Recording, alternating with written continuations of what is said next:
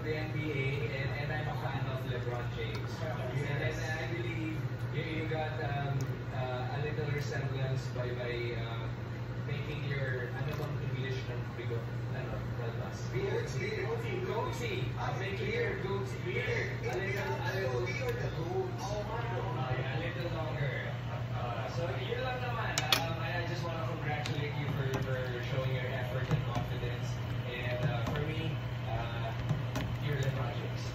Wow! Pero ito mo, huli mo yung magtatay talaga eh. Parang mo, huli mo magtatay. Oo. Kulot baby. Dahil sa buhok. Yeah. So, wala nakikita sila mag-anak. Wala kasi natin. Dahil sa buhok. Pero sa grabe mo, isa sila mataman.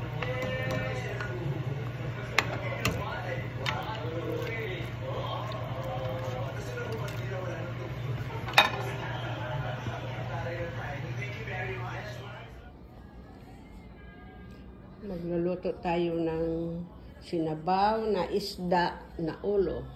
Hi guys! Bumili kami kanina ng isda sa merkado nila.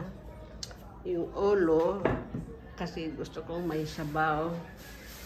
So ngayon, magluluto na ako. Nagpainit na ako ng tubig. Habang manood kay Vice. Nagpainit na ako ng tubig. Walang kagulay-gulay sila dito. Kaya buti may nakita akong broccoli na ano. Ayan. Na, ayan, lanta na. Tapos, ito yung isda ko.